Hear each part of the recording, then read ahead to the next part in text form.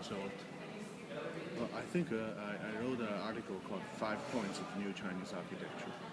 It's monumentality and bigness and swiftness and cheapness and novelty are the 5 points that can serve as conditions or background of Chinese contemporary architecture. When Chinese architects are doing design projects, they always take into consideration the demands and the requests by the clients. They normally want you to do a monumental building because they want their architecture or their building to be more important than the other buildings. And one also, they have to ask you to build in a very fast, in a very limited budget. So that's why the swiftness and the cheapness are coming from. And also they want some novel things. That's why you see the spectacle has become one of the best attraction for people to go and see architecture. That's why novelty becomes a more driving actors for people to think about architecture. And of course, bigness is to characterize the characteristics of contemporary Chinese architecture.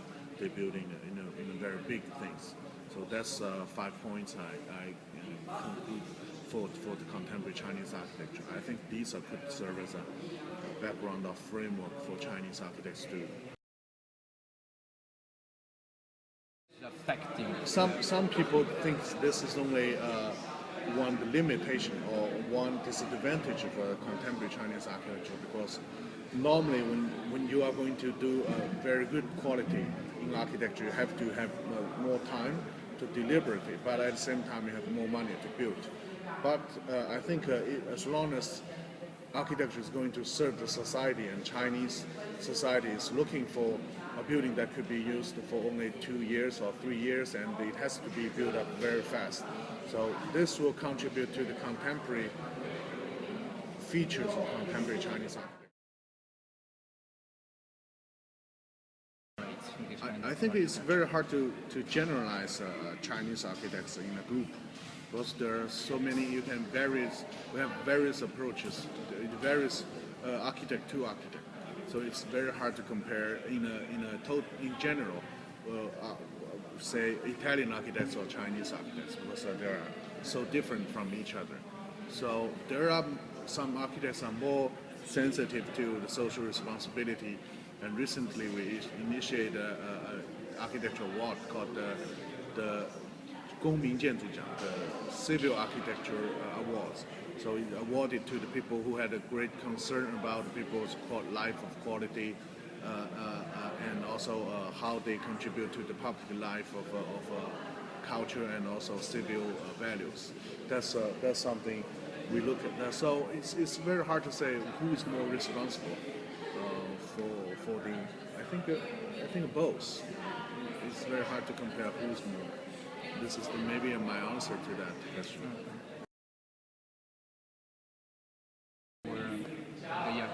Yeah, they learn a lot from the West, and that's why in my article I put those Chinese learn a lot of theoretical references and terms of concepts borrowed from the Western architectural discourses, like this place of the sense of place, or the tectonics, or critical regionalism. These things are what we borrowed from the Western architectural circle and the discourses. I think there is, but it is very hard to point out a form to characterize a Chinese tradition of architecture. But I think it is the approach that people are using, quite essential to their contemporary approaches to do architecture. That's why I always think that contemporary Chinese architecture, if we are going to do something is Chinese, but at the same time contemporary, you cannot always copy from the image of the earlier buildings. So, but there are some essence, like the good relationship between exterior and interior, and also feng shui is another thing. It's a kind of a mysterious philosophy, but it conveys the Chinese concern in architecture about how the people, the architecture relates with the environment and also the environmental resources like wind, light, and space. This is something that rooted in contemporary Chinese architecture and could be applied to contemporary Chinese architecture, but in a modern way, not in a how to say pictorial replica of the old historic buildings.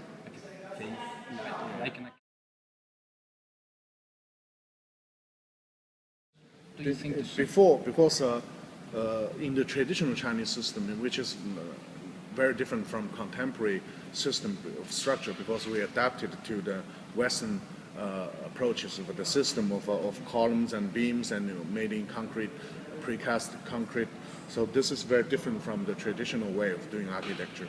Normally, if you look at the traditional Chinese architecture, in Western countries, you always build, because you use stone to build the very high and very large buildings. But China, you group small buildings. Like if you go to the Forbidden City, every building was not that big. It's small, but in a group, in a way, it's be systematic, put into a system and integral into a very comprehensive complex. Because we are using the timber as main structure. So by using timber, you cannot build too far or build too large. I think the minimal, for example, according to the 营造法式, the traditional Chinese guidebook of construction, the maximal base is you have 11 spans. It's the highest class. If you are going to build a building for emperor, you can use 11 different bays, but otherwise you can only build smaller, but cannot be larger. So I think there is a limit that the overall size of a single building. But with connecting buildings with corridors and small pavilions and organization, for example, in Chinese gardens and in palaces, in Forbidden City and in other summer palaces, you group them together to make a huge palace. This is something different from the Western system of architecture. Absolutely.